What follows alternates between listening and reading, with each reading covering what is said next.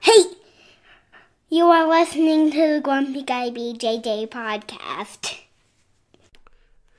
Hey, what's up, guys? Got to take care of a few things before we jump into this week's episode. First, our Ramping Isometrics for BJJ program. It is a 12-week program, all laid out for you. It's going to help you build strength and cardio in the fastest, safest, and most convenient way possible. This is how James and I have been training for the past year, and we love it.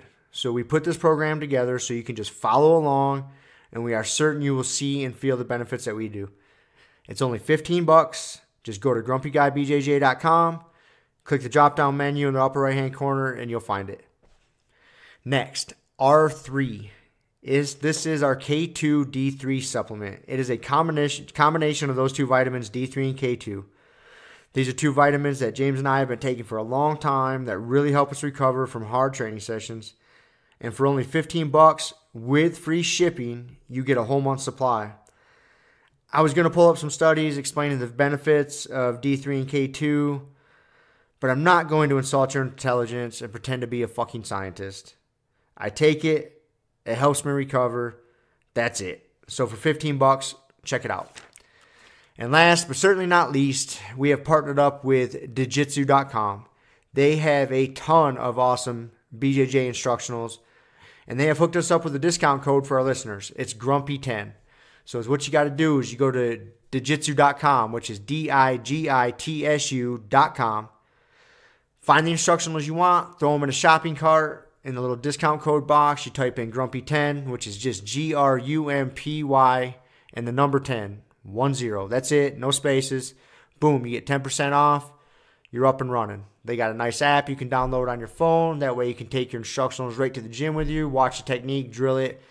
It's a pretty sweet setup. So once again, DIGITSU.com. Discount code Grumpy10, GRUMPY10. Simple as that. To find all this stuff I just got done talking about, go to our website, grumpyguybjj.com. Click the drop-down menu in the upper right-hand corner. There, you'll subscribe to our newsletter for podcast updates. You'll find links for the Ramping Isos program, the R3 Recovery Supplement, and then under the Programs and Products tab, you'll find a link to Jiu-Jitsu.com. And let's be honest, if you guys can't figure out how to navigate a website by now, there's nothing I can do to help you.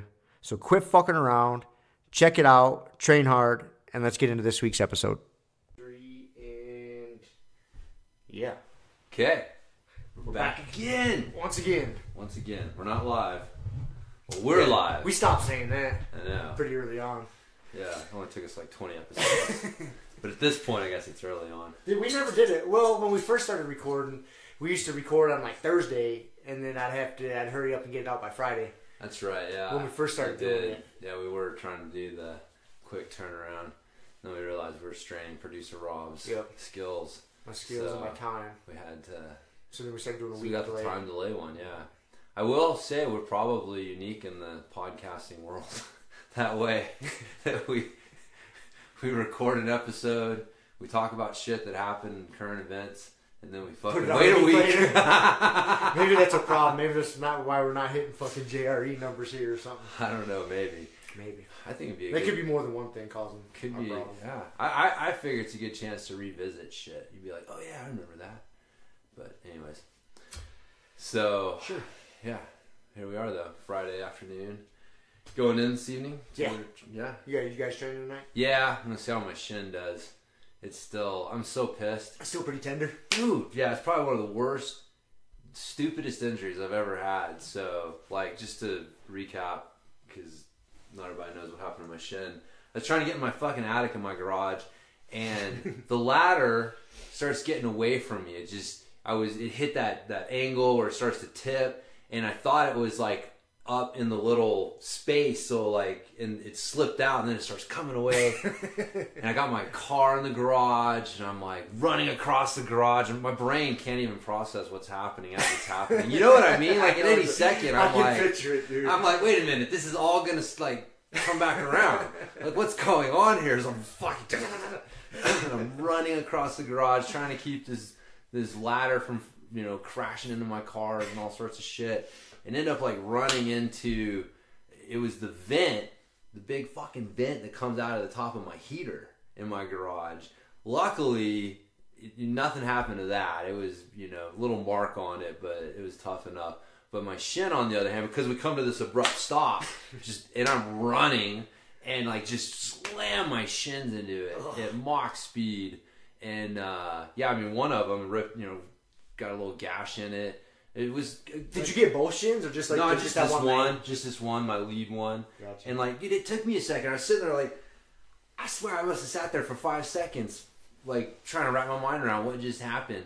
My shins bleeding and my freaking, dogs quaking in the corner. He knows what's about to come. I'm like, motherfucker, what the fuck? And so, anyways, I got up in the attic and found out that there was nothing up there worth getting hurt for. But I slammed my bone, man. My bone right down by my ankle got slammed really hard. And so it's super tender to the touch, which is just ridiculous. So, like, I can't train because of a bruise.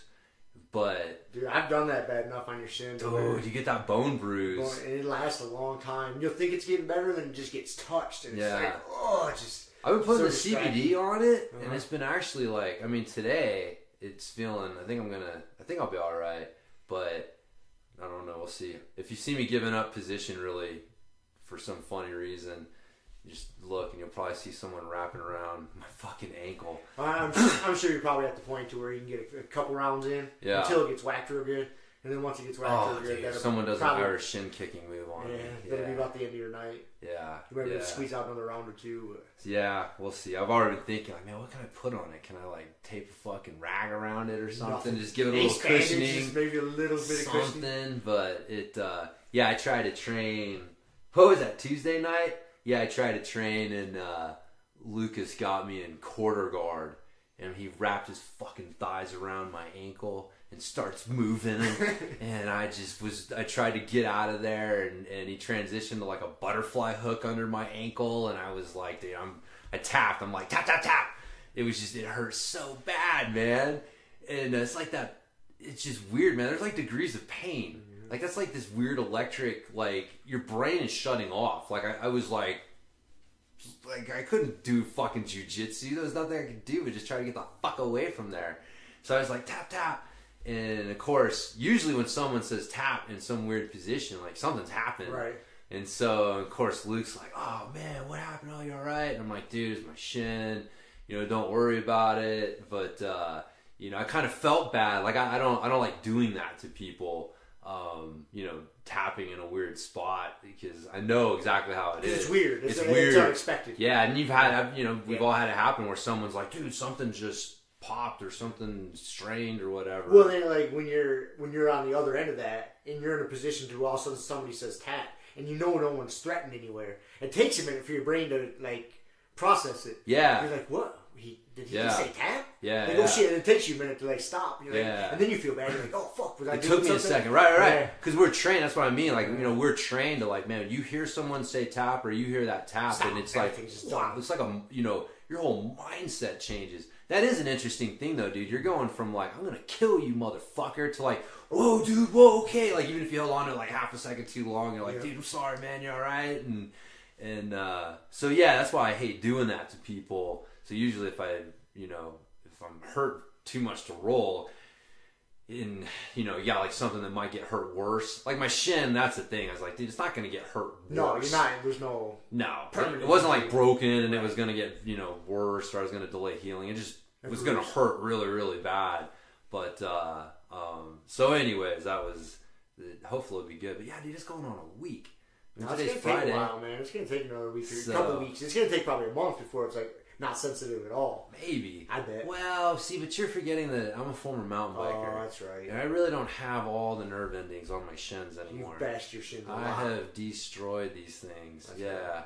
I got like, that's funny, man. You can't see them as bad now, man. These things used to just be covered with fucking scars. That's one of the reasons like I stopped mountain biking because I got sick of bashing my fucking shins. That was before the catalyst pedals, man. It was. People's feet slip off when they're not balanced right. Yeah. So... my foot definitely slips off from time to time. I'm not going to tempt the mountain biking gods, but it is crazy though, dude. I used to slip pedals. I remember when I first started riding, I call them my cross country shinnies. these little fucking cheap plastic motocross shin pads that I would wear when I would just go pedaling around doing cross-country rides because, I didn't want my full-on pads like if I was downhilling or whatever, but you slip a pedal and you take it to the shin, it hurts. It hurts, dude. Fucking hurts, man. I remember there's this one dude we rode with, and he fucking, God, what do we call him? Johnny Shins. That's right, because he bashed his shins real bad on some ride. This guy that we were with, like, couldn't remember his name, and he just started calling him Johnny Shins. His fucking name stuck. That's awesome. He became Johnny Shins. I can't remember his, like, Kelly would remember him, but I can't remember his actual fucking name, man. He was just Johnny Shins. But I remember I went and bought him a pair of shin pads, and on it said cheaper than stitches. But yeah, if you're gonna run flat pedals on a mountain bike, you either need to run fucking good pedals like Catalyst or cover your shins, son. So, but either way, apparently I need shin pads getting into my attic. Dude, I've hurt myself doing stupid home projects more than I care to admit. I have, man. Let's see. Well, one time, there's two of them that stick out in my head. One was actually at work when I worked at Halliburton. I was swinging. We used a 3-pound sledgehammer a lot. We had to fasten iron together. And I mean, you're out there just beating the fuck out of something. And I remember I whiffed, I missed, just glanced over the iron and whacked my shin super hard, dude. Like it was one of those to it didn't even hurt at first because my brain had to calculate what happened, and my buddy, my coworker, that was standing there, and he's seen it, and his eyes are just like saucers, fucking looking at me, waiting for me to just start screaming. I'm like, dude, that hurt so fucking bad. And then another time, I was under my sink, and I don't know if I was putting in a new faucet or something, but I was down there with a crescent wrench, loosening something up. And I had a decent sized crescent wrench. I think I was having trouble breaking it loose. Yeah. And it slipped off and whacked myself right on the bridge of the nose of the fucking thing. Hard enough to fucking cut my nose, dude. Dude. Same thing, dude. I'm under my sink, fucking all contorted and whacking. And I was like, dude, that stung a little bit. And then I was like, oh, well, fuck it. I just kept working. And next thing you know, I kind of felt like something dripping down my cheek. I'm like, are you fucking kidding me right now? And sure shit, man, I cut the bridge of my nose. And oh, man. Yeah, that sucks, man. Needless to say, I'm not a home improvement expert. No, man. Yeah, you gotta be careful. Dude, whacking your shin with a sledgehammer, that's good. That hurt, dude. Yeah, very similar to, I've also done it doing box jumps when I used to be a CrossFit Kool-Aid drinker. Yeah. I remember missing one of those and blasting my shin. That hurt for fucking a month. I remember doing that as a kid and learning you don't want to do that. Yeah, like challenging your buddy to jump up on a picnic table or something. Just whatever, man. Yeah, you got to jump, whiff, and just shins, eat it hard. That's why I was like, dude, fuck. Like, I'm just doing box jumps. I'm not gonna say I never used them because, like everything else, there's no good or bad things. It's how you use them. Right. And they're just, it's when you start going to the extreme. Going to fatigue. On box jumps. And, that's not what they're meant for. You're going like high, like you're trying to like push what you're doing. But yeah, if you're using them for what they were meant for, the odds of getting hurt are pretty low. But yeah, I know, dude. It's funny, man. It's like everybody that I know that's done CrossFit has fucking blasted their shins at some point. Yeah. And I just, as a gym owner, as a former facility owner, I just can't. First time that happened, that fucking exercise would be gone. It's just, I can't wrap my mind around it. Like how, that's the thing with me with like, you know, again, I know CrossFit's changing and there's good, bad, blah, blah, blah, but especially like at their worst, the thing I could never wrap my mind around was how do you not understand that you are fucking responsible for what happens in that facility? If someone gets hurt, it's your fault. Like, and if you're not looking at it that way as a gym owner and a trainer, like, one, like, if you're a client, you should be getting the fuck out of there. Like, you know, you need to be, you don't want someone who thinks, like, they're not doing anything wrong. It's always the client doing something wrong. Because then you're missing the opportunities to, like, you know, maybe it was the client's fault. But you got to always approach it. They're like, no, that was my fault. That was bad exercise, bad equipment, bad whatever. And then look at it that way and then make changes based on it. And to just, and again, like, I think that's a lot of what's starting to happen. Like, it's just, man, you can only see people blast their shins doing box jumps for so long before finally the general consensus starts to be like, should we be taking box jumps? Yeah, should we be taking those to failure? Right. You know, so, but that's the thing for me I never could understand was like how, like just the willful ignorance that was just rampant in that community, man. I don't want to bash on CrossFit too much, but I don't think I ever told you this story. One of the worst injuries I saw, enough to like, turn my stomach. The guy, he was supposed to be doing snatches, overhead snatches, but not into a squat snatch, but just like a power snatch. Power snatch, yeah. Right? If anybody hasn't seen this, sorry for the explanation, but if you know what a power snatch is, your hands are really wide on the bar. Yeah, make it like a Y, basically. Make it like a Y. Yeah. And that's where you end up in a snatch. Yep. And I already see where this is going. Well, for some reason, and again, it's one of those exercises you shouldn't be doing to failure. It's very technical Olympic lifting exercise, especially if you're doing a full, snatch. But even a power snatch, it's technical move. This kid, their guy, was banging out reps, amongst the other circuit of exercises, tired as shit. He goes and grabs the bar, and instead of having his hands real wide, for some reason he grabbed it like he was going to do like a press. Power snatch. Like a power clean. Yeah, power clean, yeah. And he ripped it up and went to go over his head like that, and it dislocated both his shoulders. Because he didn't have, because you got to have your hands wide to open them up. Yeah. And he left them narrow, and like in his head he was still trying to do this. Yeah. And, dislocated both his fucking shoulders, dude. On the spot. Fucking weight couldn't. Oh, dude. Ugh. Makes your stomach turn thinking about it. Yeah. But I will say though, I did see way back in the day when I first started learning about kettlebells, I saw some chick do that same thing with learning a kettlebell snatch. Yeah. She was doing a little more weight than she should have been. She threw it up and it just kept going backwards, and her shoulders like instead of just ditching it. She tried to hold it. Tried to hold it, and just I seen her shoulder go. That's like, dude. Anytime you're doing, I remember I was lucky enough to train with a guy when I worked for the International Sports Sciences Association, who was a pretty high level Olympic weightlifter. I think I've told you before. Like he tried out for the U.S. national team a couple times, and dude, if you're trying out for that, you're good, level, man. Yeah. You're throwing some weight over your head. And so I started. He's training as an Olympic weightlifter. He's doing it, and so I would train with him sometimes. And man, I remember that was like lesson number one. Well, lesson number one was like, dude, you don't do these lifts with shit around you. Like, you make sure your fucking space is clear. And if you don't have a clear space, you don't do it. Because you got number two is if shit starts to get away from you, you got to get the fuck away from it. You do not try to save a lift, especially in training. Right? Like, doing something in competition, you got like a world record. Like, that's a different thing. But especially in training, man. Like, you don't try to save a lift.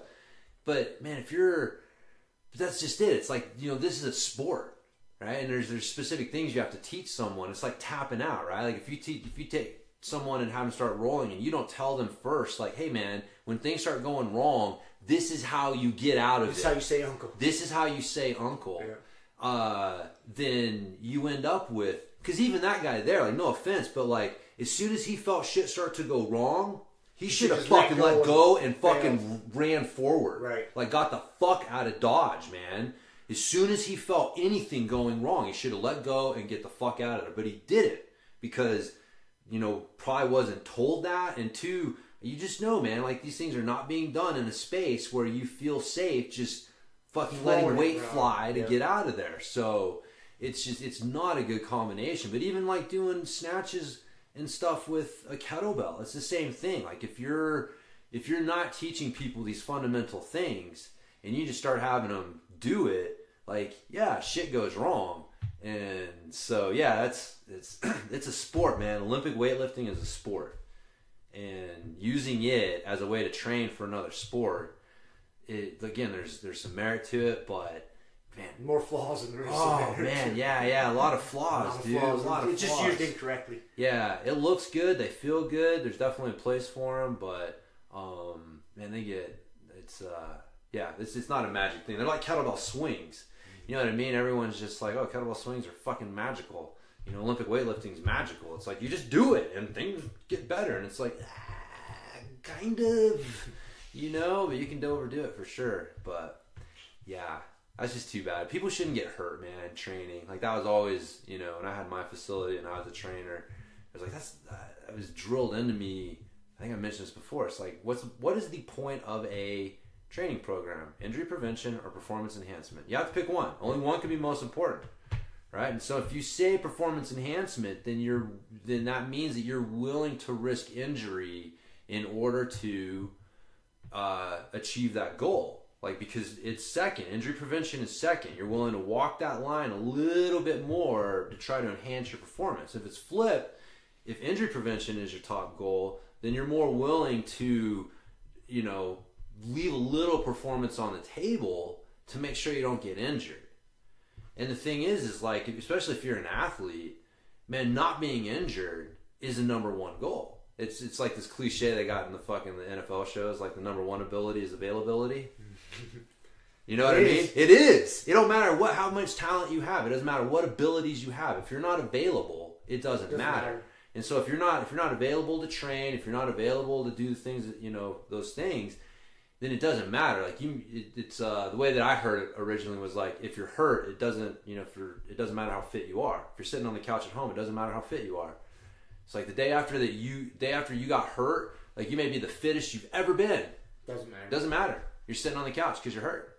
So versus the guy who's maybe not as fit as you, but he's not hurt. He's not hurt. He's playing. He's out there doing it. And over a long enough timeline, like that's the thing that matters. Like, 5 years down the road, and 5 years is going to come and go. It's like the guy who is able to train consistently and avoid injuries is usually the winner. Like the guy who trains hard and gets those big performance gains, like he may do better out of the gate, but man, you check in with them 3-5 years down the line. I mean, dude, like Cain Velasquez is a really good example. Yeah. Great example, man. He came firing out of the gate, just blowing people to pieces. And to him, performance enhancement was more important than injury prevention. And you saw he gets hurt and it's taking longer. And so then eventually it affects your performance. He goes from being the best heavyweight in the world to like out for so long and just even when he gets back in, he's not the same guy just because he's not been able to train. And so, but that's the thing that people have a hard time because all they're thinking about is tomorrow. And it's like, man, if I lift 5 more pounds today than I did yesterday, then I'm fitter, I'm stronger today. And it's like, yeah, where are you going to be in 5 years though, man? Like that mindset is not sustainable. So that's where ramping isometrics come in. That's right. I don't know how we got started talking about all this, but as you were saying, you got to talk about like the safety thing as far as like making sure your area around you is clear. Like that's funny is I catch myself being more adamant about that. I don't know if it's this old age or getting injured, but like when I'm out in my garage doing shit, if my dog's out there with me, like if I'm going to be squatting or doing something where something could go wrong, I'll make sure I go put him in his crate. That way if I got to dump a weight, all of a sudden he happened to be laying down over there and I smush him with a fucking barbell. Yeah. And I think about that kind of shit. Like, okay, if something really goes sideways, I got to ditch this. Is it fine to go that way? It's good to go that way. I'm not going to kill a dog. I'm good. I don't ever remember thinking about that shit in my younger days. Yeah. I mean, to a certain extent, I probably did, but... the problem is you hang around long enough and you start to see enough things go wrong. That's what it is. Either you make enough things go wrong or you see them go wrong. Running across the garage holding a ladder.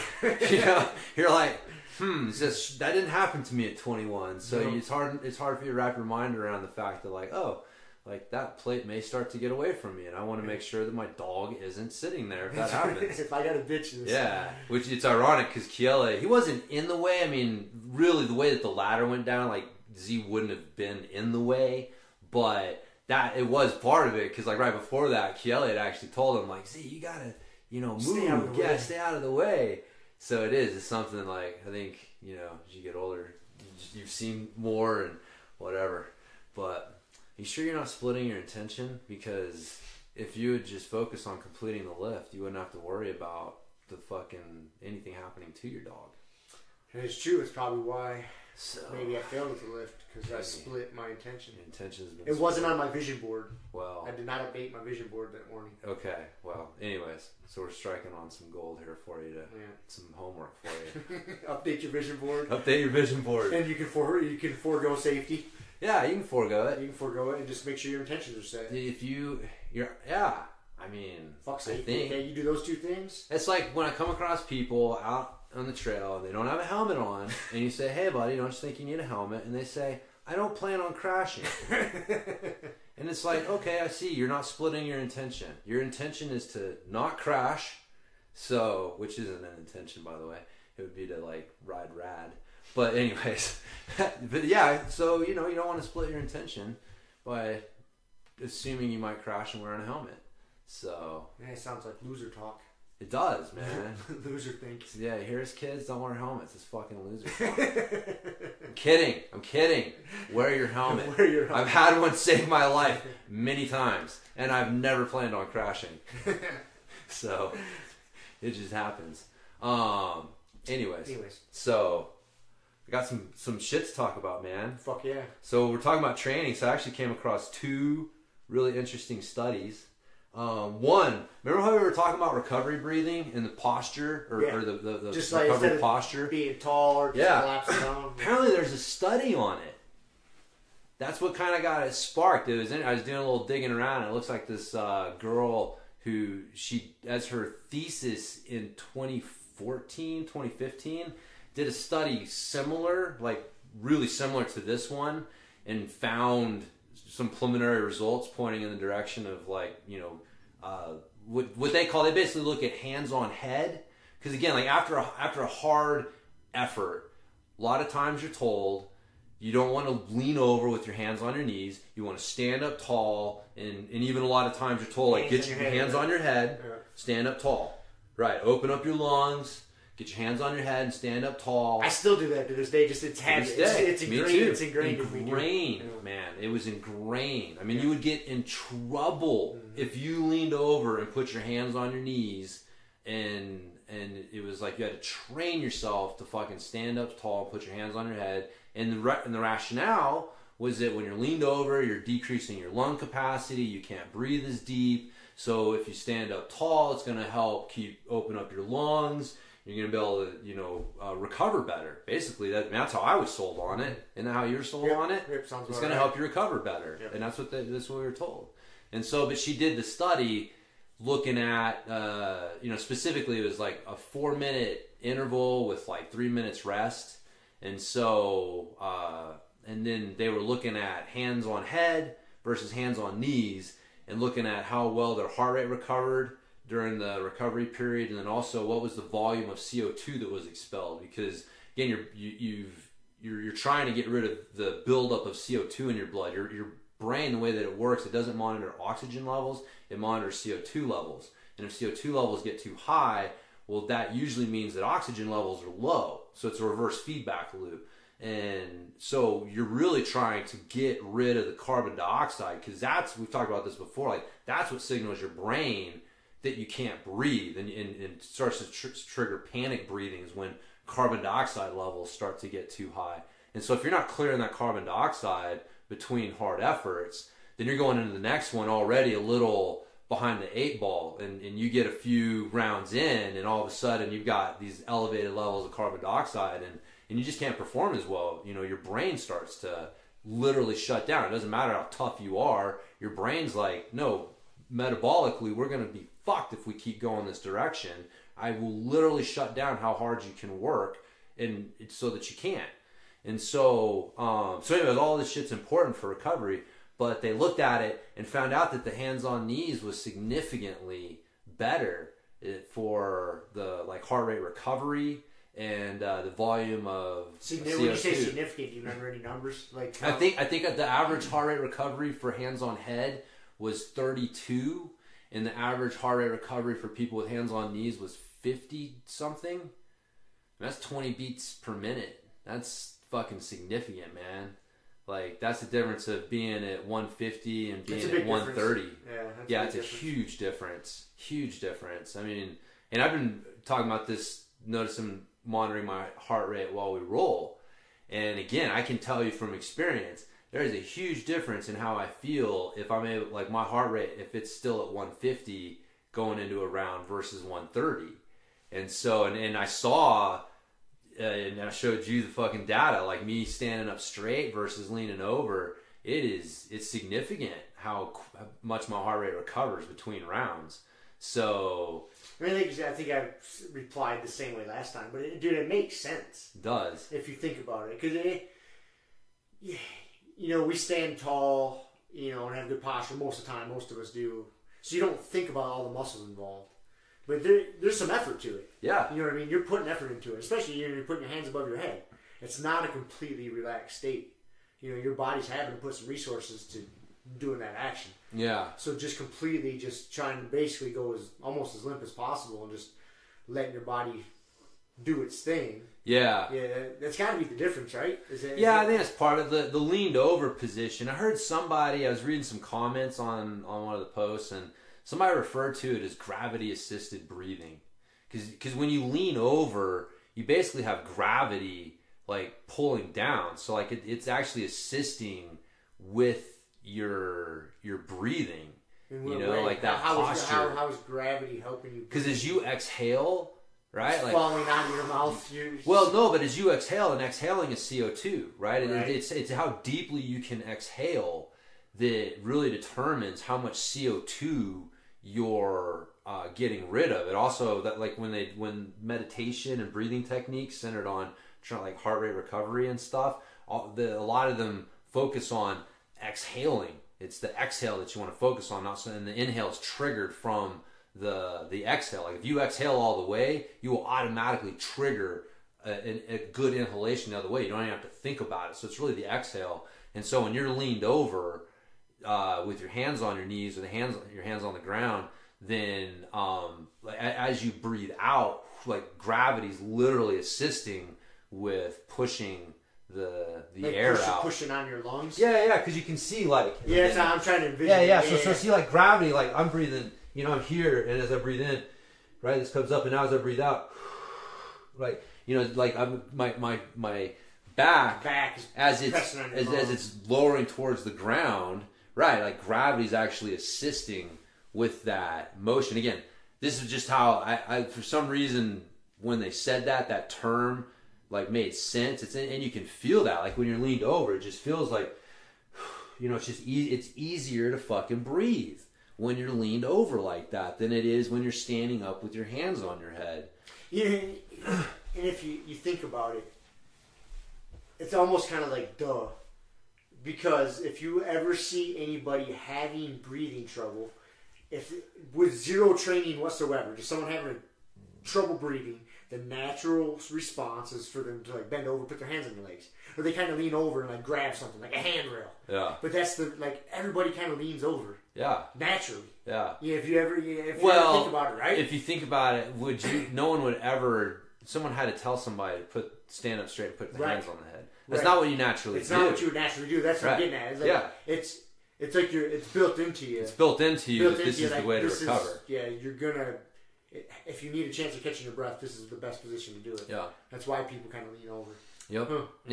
Yeah. So, anyway, so now there's some science behind it. It's not just anecdotal evidence from myself. But, I've been thinking about this on the mountain bike as well. Like, just, when I get to the top of a hard climb, again, my instinct would be, I'm not taking my hands off my handlebars and putting them on top of my head, but it would still be to kind of like try to like sit up straight and get as straight as I could, and trying to breathe that way. And now I'm just like letting myself just lean into my handlebars and stay leaned over and just recover.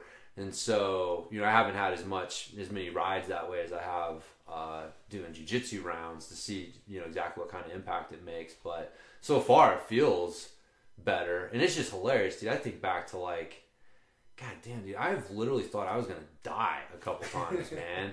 Dude, you're at like 10,000 plus feet, hammering up some crazy climb, and you get to the top, and you don't realize it until you stop. Right, you stop, and then it just crushes you. Yes, and your heart is going through, and I'm sitting here trying to stay upright, like, oh god damn, dude, I feel like I'm gonna fucking die.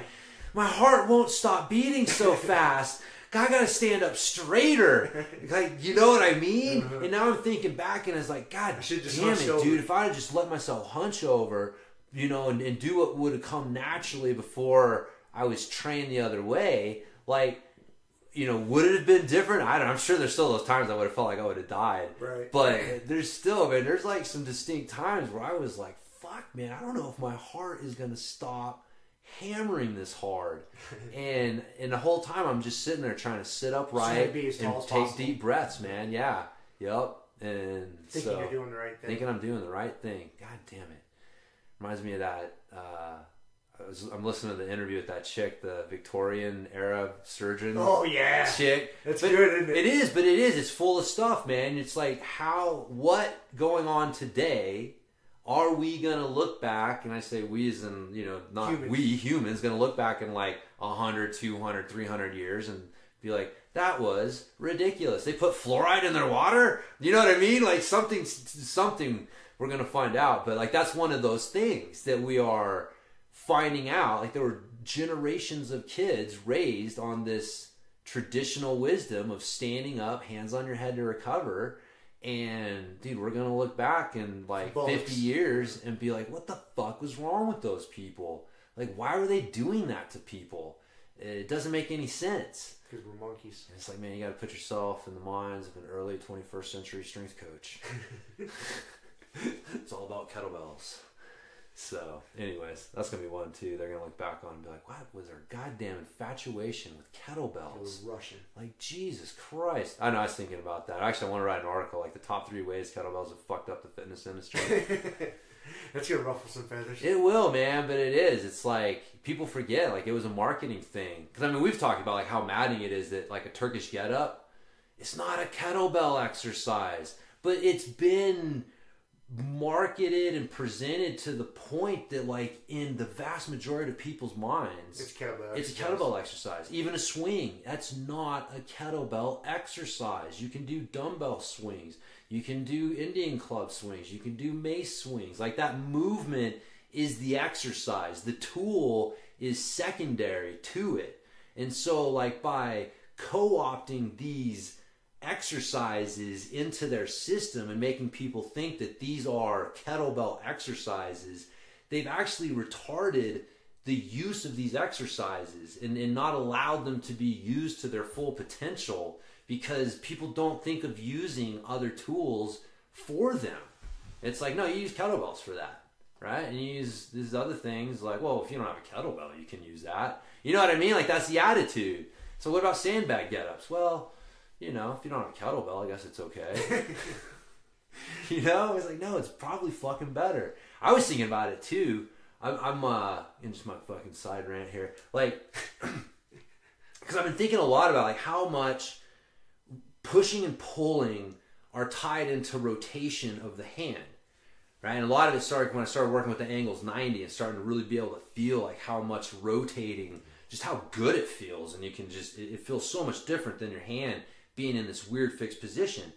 And so, but when you got a kettlebell, when you're doing kettlebell presses, and the reason this came up, because like my elbows were fucking hurting. I was doing some floor presses, and it's just like every time I tried to do kettlebell presses, my elbows hurt. And I realized what's happening is because the kettlebell is resting on my forearm, right? And so you're taught that a good kettlebell press, that your wrist doesn't rotate, right? Because you don't want the kettlebell twisting off of your forearm. That's bad form, right? Am I wrong? If you're holding a kettlebell, the way I always hold a kettlebell for shoulder press, though, right. I hold it on an angle. It sits right here on my forearm. It's not. It's locked in. Yeah, right. But your wrist doesn't move. No. It doesn't move. You rotate your forearm, but not your wrist. Not my wrist. That's not natural, man. That's not natural. That's not how you. That's not how you throw a punch.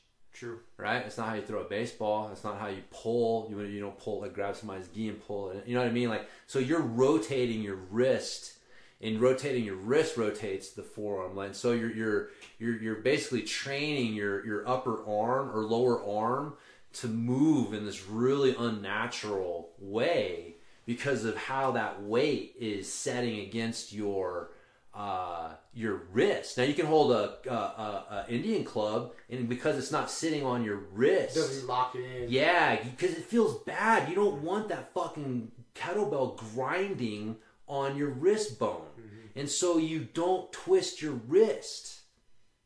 So you get it sit. You find a spot where the ball sits. Where it doesn't quite hurt so bad. Yes, and that's actually what you're pressing into. You're actually kind of taught to press into that ball with your forearm. It's all fucking bullshit. It's all unnatural movement bullshit.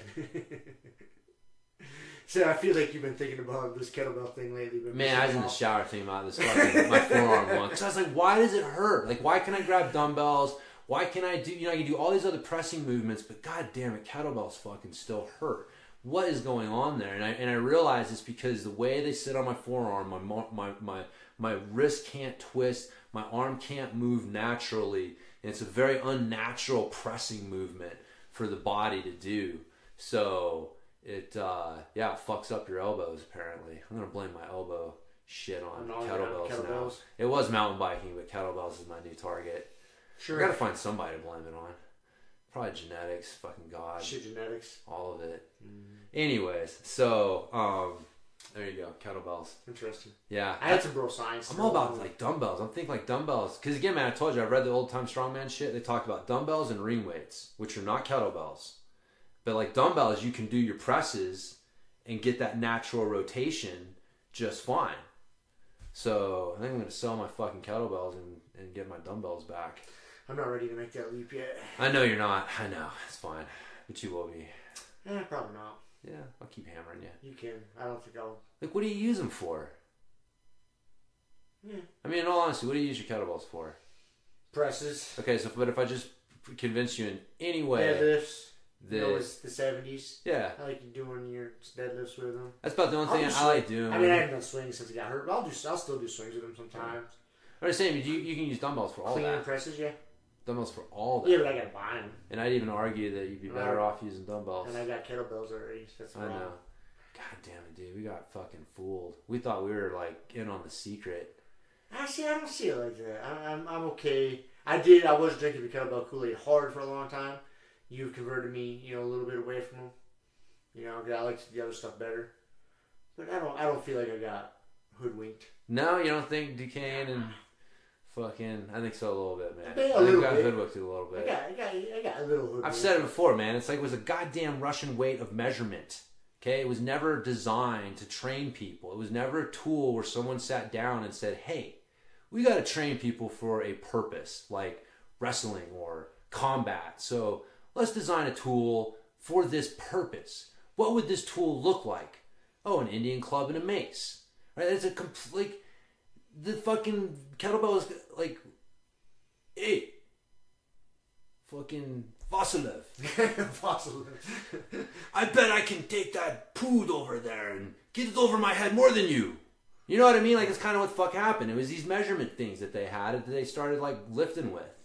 And it became a thing. And it's great. Okay, you take what you have and you adapt it if that's all that you have. But we have other stuff. In my mind, it's like, okay, I'll use kettlebells if I don't have these other tools. Because these other tools are fucking better. Like, but the way that most people look at it is the reverse. Like, I want kettlebells first. I will use these other tools if I don't have kettlebells. See, I know you and I are both the same way. Like, we look at it the other way. Like, if we have to use kettlebells, we use them. And there's still some things we use them for. But I don't feel like I got hoodwinked because I'm not worse off for drinking that kettlebell Kool-Aid and going out. Like, I don't think I'm worse off. Well, if you think the mace would have been, like basically which one do you think is more valuable, the mace or the kettlebell? The mace. So if you're gonna say like the exact same claims are made about the tool, like which one do you think? Like if I would have got introduced to both of them at the same time. I'm just saying, like like if you would think, how do I put it? Like you would feel more solid about what you got out of the mace if the mace was the first one. I guess I don't know if that makes sense. I don't know. Maybe. I don't know. That's my new mission. I mean, as many people as I can make doubt their kettlebell orthodoxy, the better. It's what I do, man.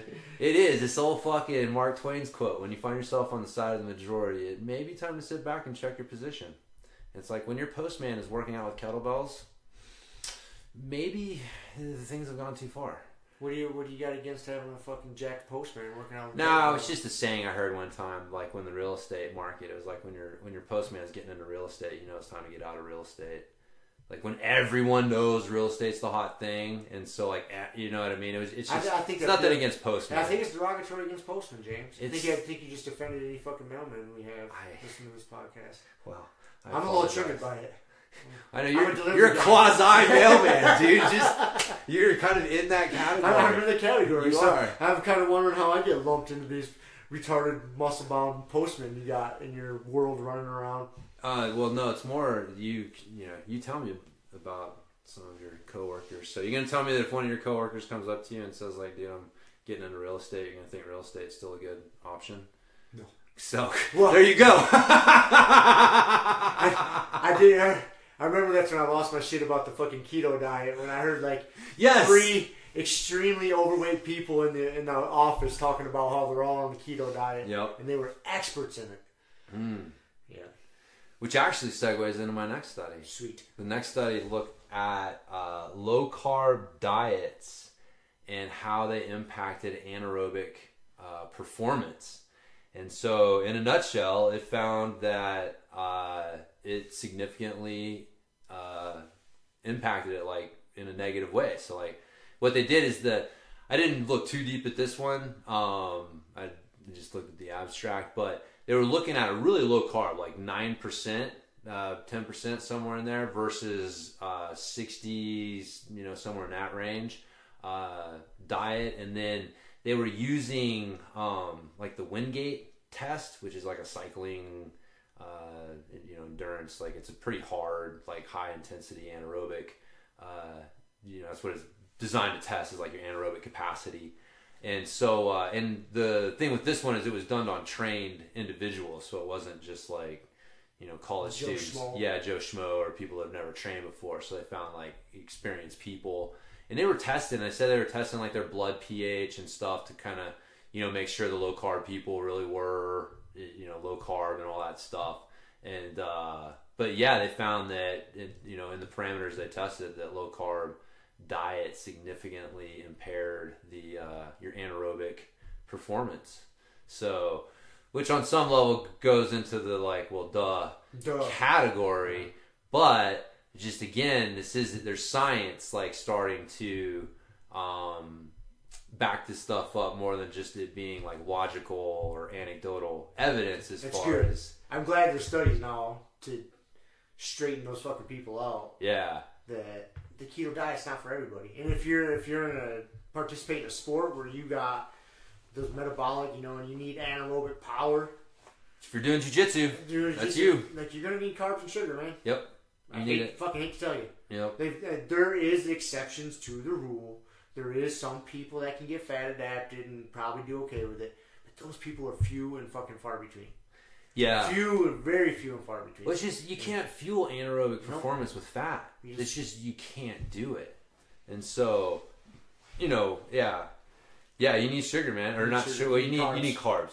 You need carbs. Right. So it's as far as like, and this is where like why are you eating this way comes in, because if you're eating this way if you're saying I need to lose weight, okay, cool. Like if you want to go a low carb diet, like and it definitely can help with that. Or if you're like longevity purposes, I just want to really manage insulin levels and stuff like that, okay, cool.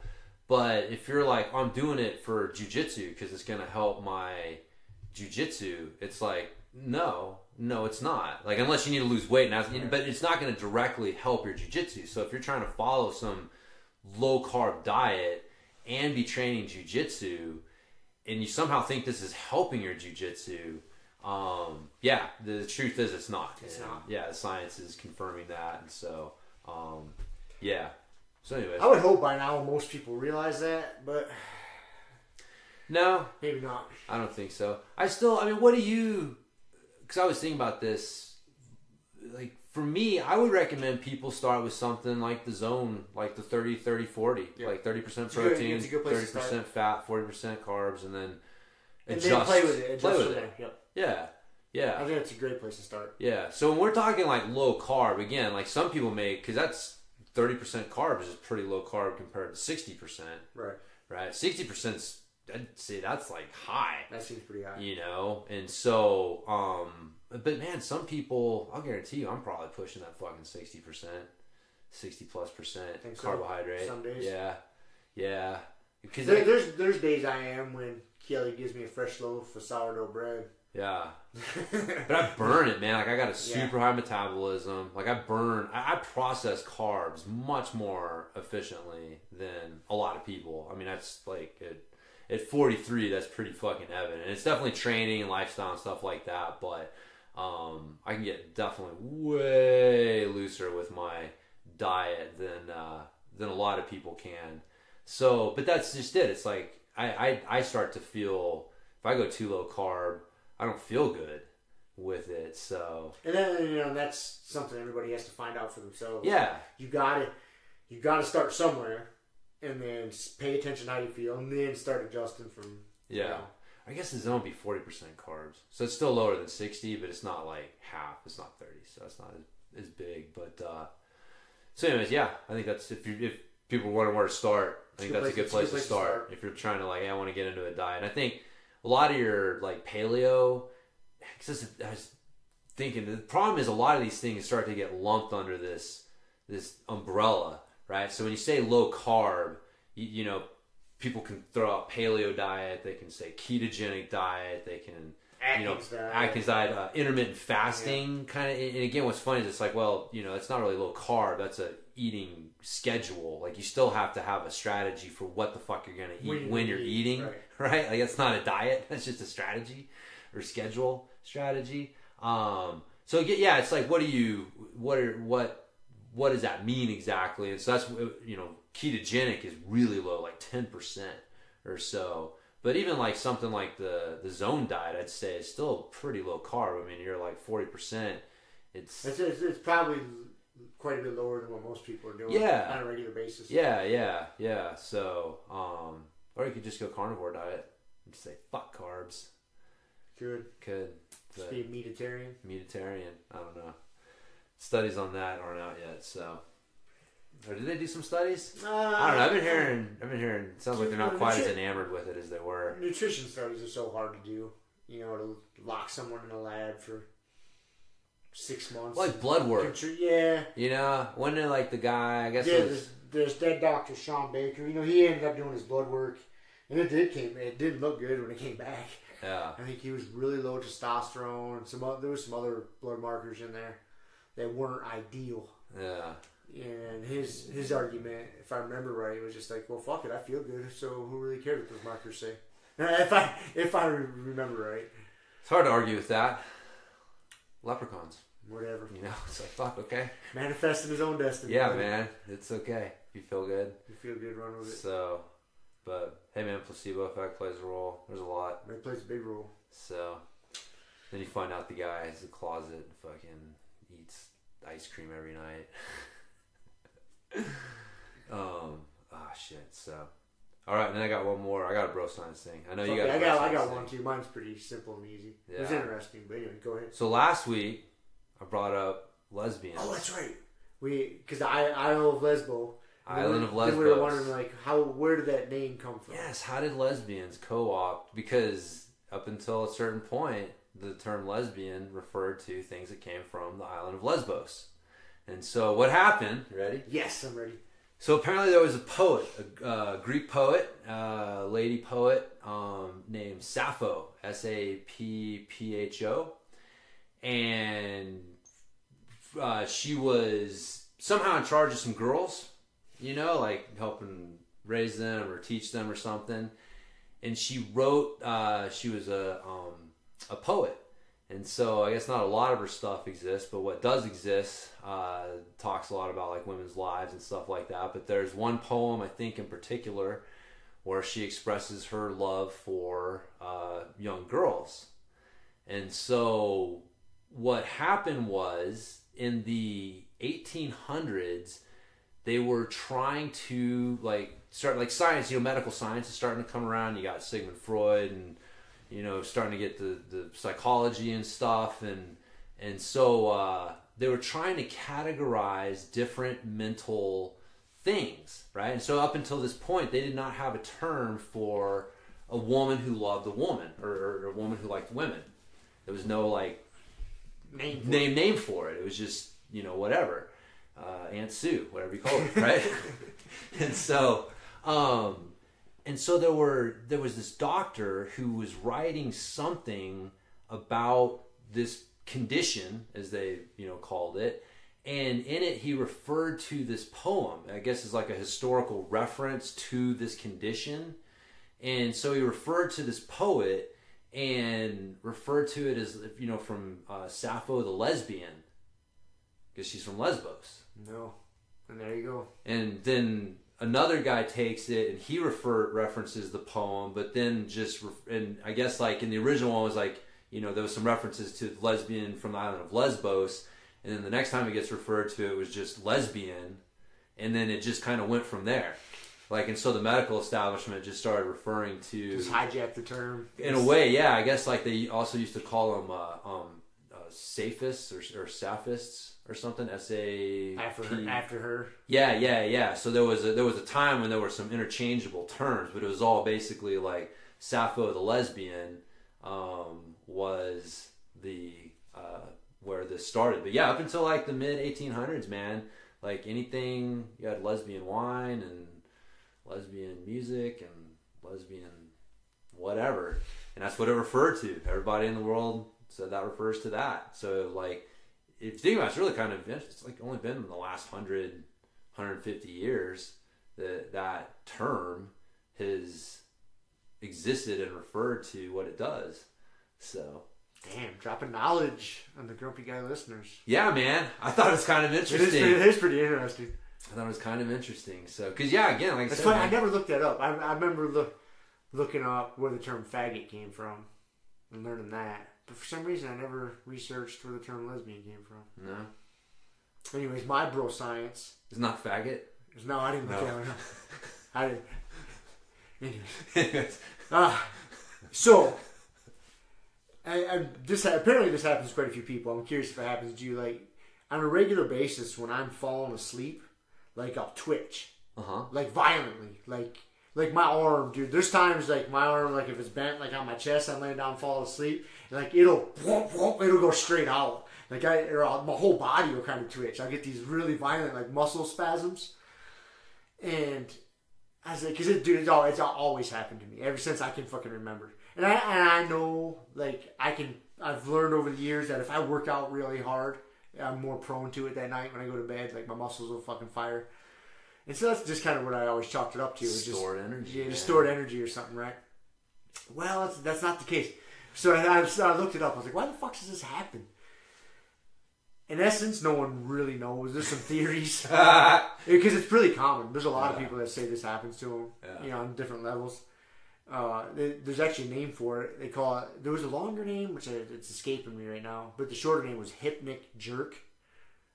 It sounds like a fucking band. Yeah. Hypnic Jerk. But that's the name of it.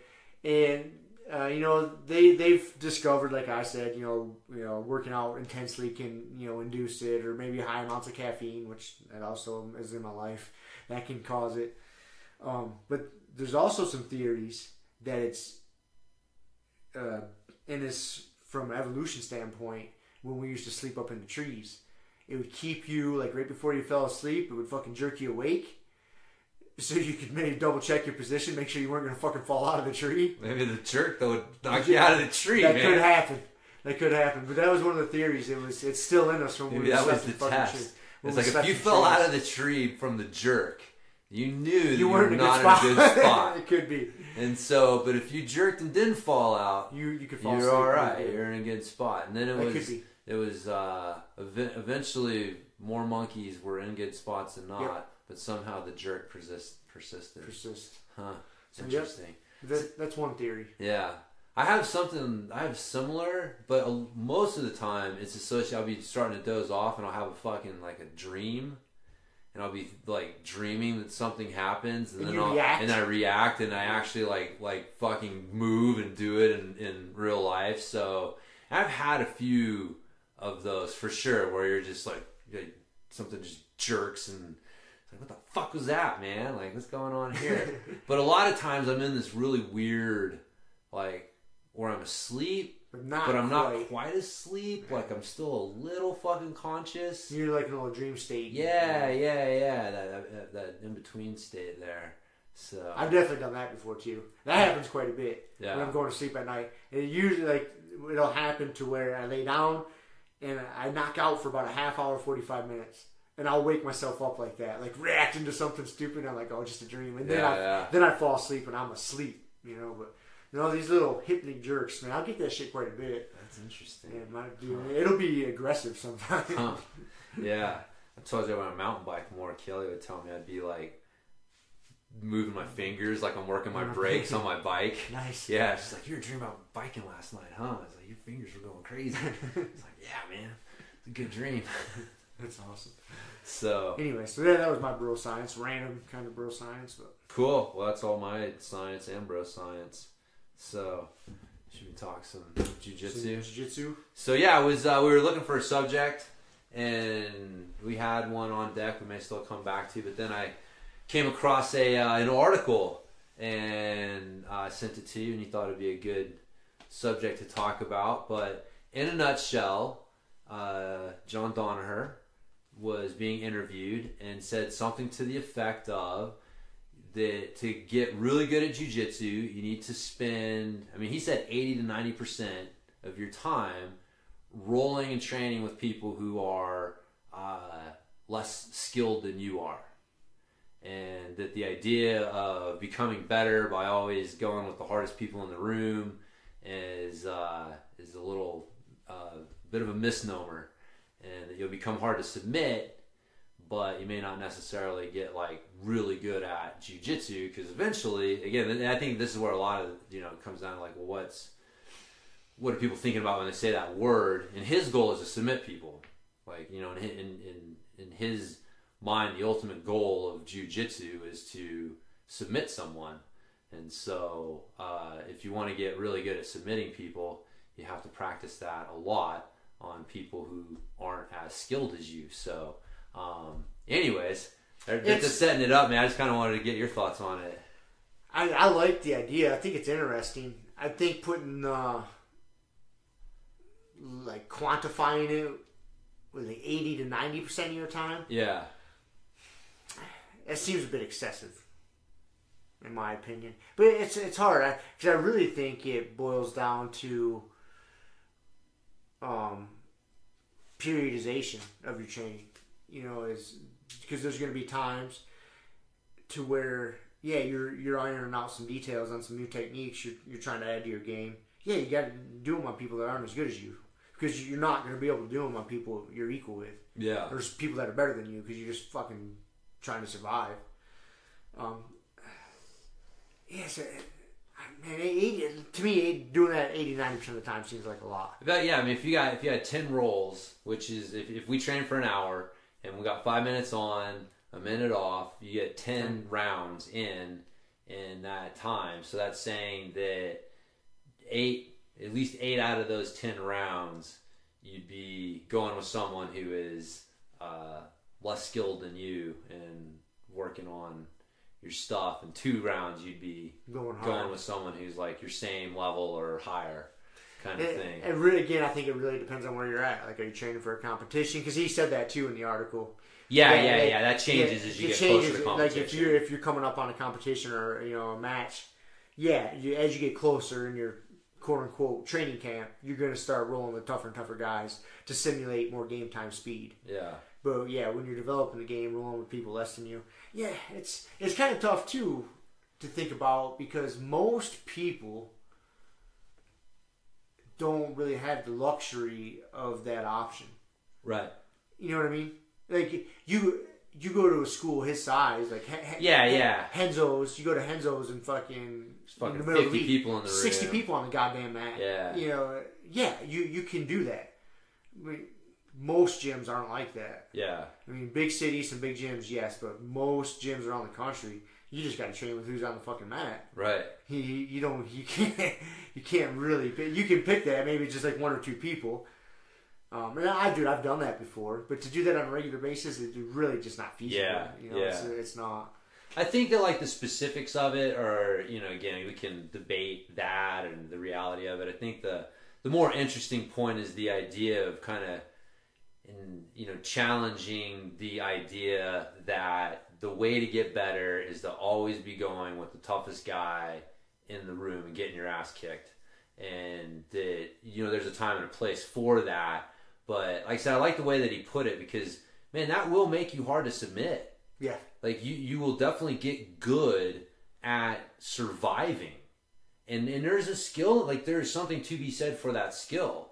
Like, you know, you being able to survive a fucking black belt coming at you, really trying to take your fucking lunch money, and, man, even if it's just surviving an extra 30 seconds or whatever, like, there's something there. But, again, we've said this, too. I ain't learning anything at that point. There's zero learning going on. Zero learning. It is just survival. And so, you know, if you're always in that mode, it makes it hard to learn and actually get better at jiu-jitsu. But like you said, man, there's been so many times I've walked in and it's like, dude, we got a half dozen people in there for open mat, and like the easiest person there is Trey. And I ain't an insult to Trey. I don't mean that as an insult. Right. I mean that as a fucking compliment, man. Like, I'm probably the easiest person there, like, you know, but I can't wrestle myself. So, but that's the, God, I remember when we first opened, and it was Kevin, you, Cameron, Nick Henney, and me. It's a rough day for you. Dude, every day was just fucking a rough day. Yeah. But, so that's the other thing, too, is, like, man, when you first start, that's not even a possibility for you. It's not even a possibility for you. This is something, it's more of like something to think about, like, as you're advancing. Yeah. But yeah, as you're, you know, when you first start, man, your first 6 months, you're just, it's all survival, man. You learn how to tread water. Yeah. Yeah. That's it. By the end of your first year, you might be getting to the point where you can take some, you know, newbie who doesn't have some weird athletic gift or outweighs you by 20 pounds and start to, you know, work some stuff on them and get some things. But, you know, and at that point, you know, okay, maybe you are starting to think about, like, I do need to, you know, roll with these easier guys. I think that's the hard part because everyone starts on day one. Everyone's fucking kicking your ass. Everyone. So you learn to become fucking tough.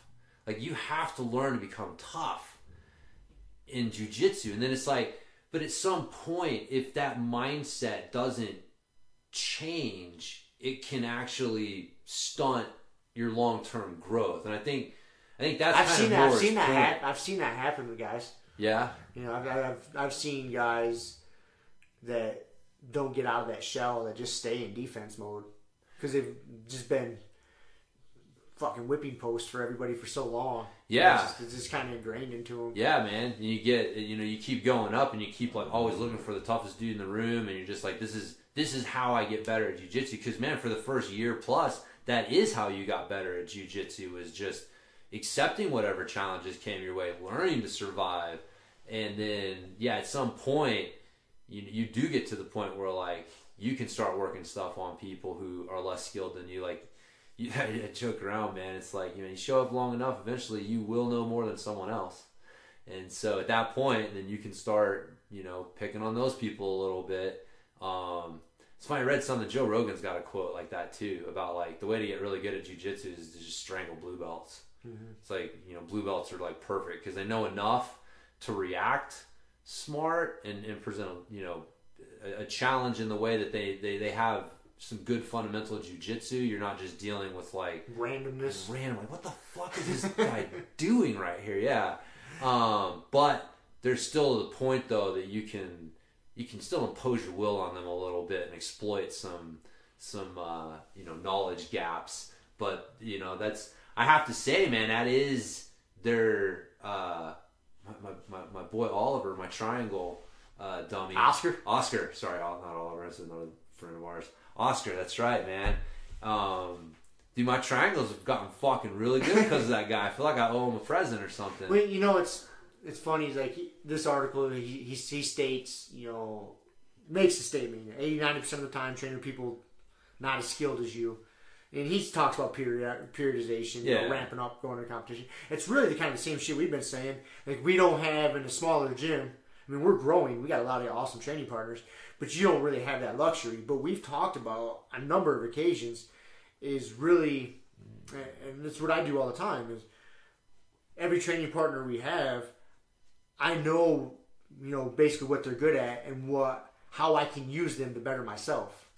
Yeah. So hell yeah. You know what I mean? Like, he's really good at this. Let's get to here, so I got to deal with it. Yep. And you know that about all your training partners, so you know how they can best benefit you. So we kind of do that anyways. Yep. You know, does that make sense? Yeah. And then there's days to where, like, back when I could wrestle. But there's days that I only roll with a couple people. Like, I got a specific intention that day, and I'm rolling with this guy, and that's it. Yeah. I'm just jumping from these 2 or 3 guys. You know. Yeah, I know. I gotta say, I have definitely been guilty of, God, there's been more than once where I've just been like, God, I want the challenge, man. I want the challenge. And so, like, it's like, okay, is that new, you know, the white belt over there or fucking Corey again? All right, Mahler, let's go. Let's go, Mahler. You know, and that's just, I'm definitely guilty of doing that because, to me, like I have fun. You know, like that whole, like, you know, it's fun, man. It can be a little fucking boring rolling with some people when you're way more skilled than they are, but it is like that is where you get the chance to really hone things in a different way. Really work on your ability to make people go down a path that you want them to, and work on these things. And so, anyways, it's now that I think about it, I'm like, fuck, I'm kind of guilty of always looking for that challenge too, man.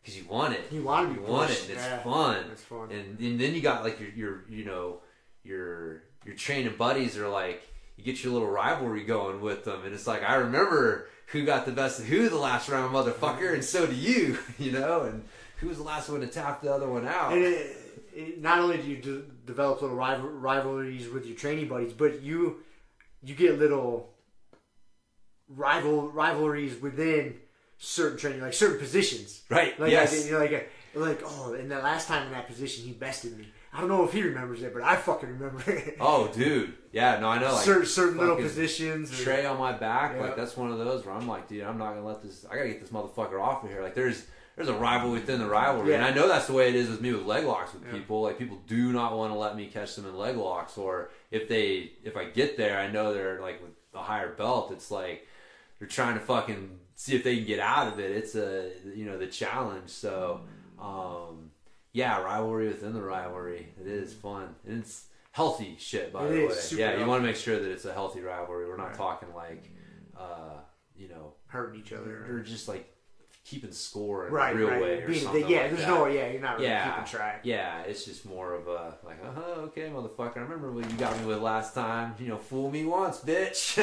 Well, yeah, and you know what's funny is, I've had it happen to me, like, slap hands with somebody, be like, all right, hey, this shit ain't gonna go down like it happened last time. Right. Because I'll tell them that, because I'll remember a certain thing, like they fucked me up in a certain position, but then they have a completely different memory. I've said that to somebody before, and they're like, what are you talking about? You fucking killed me last time. I'm like, no, what about this position? And they're like, oh, there was a lot of other shit that happened after that, but I'm so focused on that 15 seconds. That 15 seconds they were fucking me up. And that covers the whole round in my brain and my memory. Right. Like, what? That's funny. Yeah, so... No, that's good. Like, it was a good interview. Good article. Yeah. I think it helps present it to people to get their head thinking in that direction. Yeah. Sometimes you need to have permission to not always kick your ass. Yeah. And and I think that's kind of more... I even think the 80 to 90%, man, I think he was... Like, it's just such an extreme number to almost kind of like get you, like, whoa, kind of wake you up. Yeah. Like, wow, that much, huh? Because if you would have been like, you should be rolling with people less skilled than you, it's like everyone's like, well, yeah, of course. But he throws out 80 to 90%, and you really start to have to think about like, wait, how much am I training? Why would he say that? Is that really better? And so again, the specific number is not really important as much as just giving people permission. Like, hey man, sometimes it's okay to go with the easier person, but you're not doing it to take a round break. Off. You're not doing take a break. You're doing it to work another aspect of your game. Yeah, you're doing it because you're using that as a specific tool to help you get better at your jiu-jitsu, not just to beat up on fucking women and children so you feel better about yourself. Yes. Yeah. That's what I was doing prior to surgery. Like that last 3 weeks prior to surgery, that's all I was doing was beating up women and children. Yeah, so... But yeah, it's a different. But even then, you were working shit. But I was just massaging my ego until I couldn't wrestle anymore. That's all I was doing. Smashing chicks. Yeah. So there you go, man. All right. That's all I got on that. That's all I got, man. I think it's good. Yeah, taking the Kasai. I think Kasai 5 this weekend. Watch that on Flow. I think it's on Flow Grappling. Is that the one Flow with Grappling? Nikki Ryan and Uriah Faber? No. I don't think so. Or that's Polaris. I don't know what venue they're fighting in. Huh. I know Kasai Pro this weekend's got the cards pretty stacked. I think Craig Jones is in it. Yeah. Is this one where he's going against Hinger? No, I don't think Hinger's in it. I'm pretty sure. God damn, I thought Craig Jones and Josh Hinger had a match or something. I don't know. Maybe. I don't know. I'm off. It's hard to keep up. Sorry, man. There's so much shit going on. There's a lot. I can't. The different promotions. I'm pumped, but I have a tough time keeping them straight. Yeah, and I just see a match, and I don't necessarily make my brain attach like what promotion the match is to. I just like, that looks like a good fucking match. Yeah. And to watch all the different promotions, it's not like they're all on one app. Right. You know what I mean? So to figure out where everything's at and what time it is, because it might be in a different part of the world, so it comes on Sunday afternoon at like 1. Right, yeah. You're like, what the fuck? Yeah. It's hard to keep track. But. Yeah. Oh, by the way, just figure out the one FC thing. Isn't that the... You're talking about that. It is that Bleacher Report. I haven't looked into it. I saw the highlights. Yeah. But I think I heard somewhere that they are like the carriers for it. Is it free or do you gotta have a subscription to this shit? Pretty sure there's a subscription, man. I gotta believe it. Another fucking subscription. Yeah. They want another $3 or something from you. Whatever. Yeah. So there you go. That's about all I got. That's all I got, man. Nothing else intelligent to talk about. That was some good shit today. That's probably one of our more intelligent ones. We had a lot you of think so? Dude, we had real science. We talked about real scientific studies. We talked about legitimate history.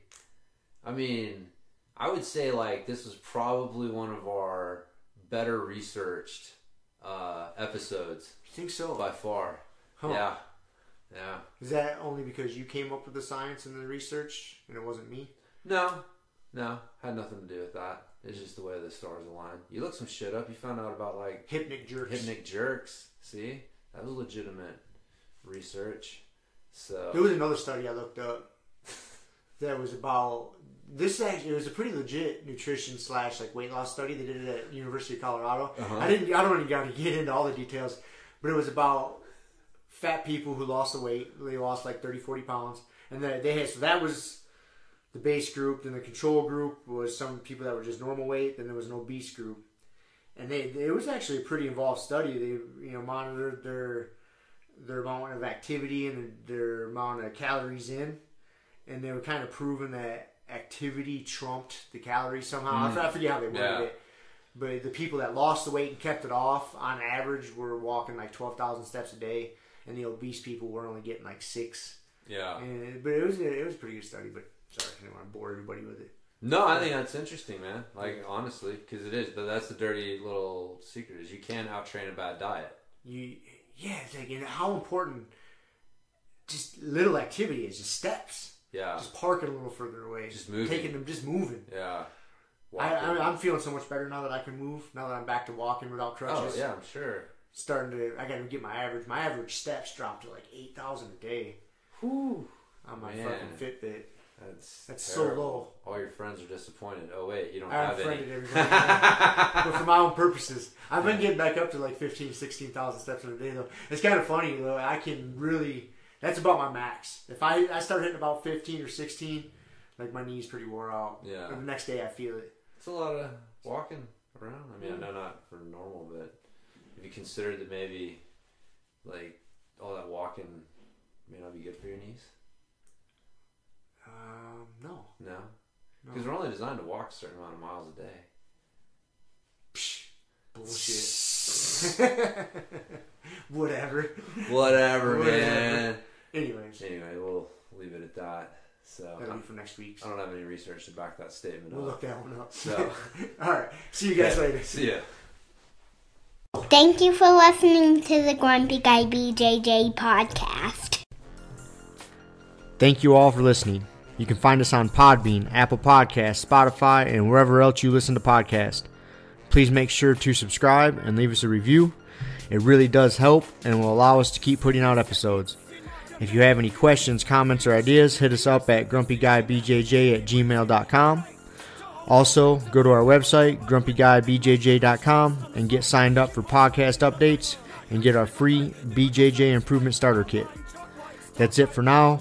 So get on the mat, train hard, and talk to you all next week. Down clown with a permanent friend, a hermit now, boom. Doggy school, foggy cool, got a froggy outside Molly dude. Melancholy Daisy dude, hanging by the lace of their shoes. No trace of the tools, shaped into face, fuck the rules. Snooze you lose, one eye always open, in times two, no clue. But soon a brief monsoon might give you a view to choose. Stay tuned, include, won't conclude. To the end is near beware, there's consequences for what you do. To me, demon, a devil of many levels, I keep on feeding.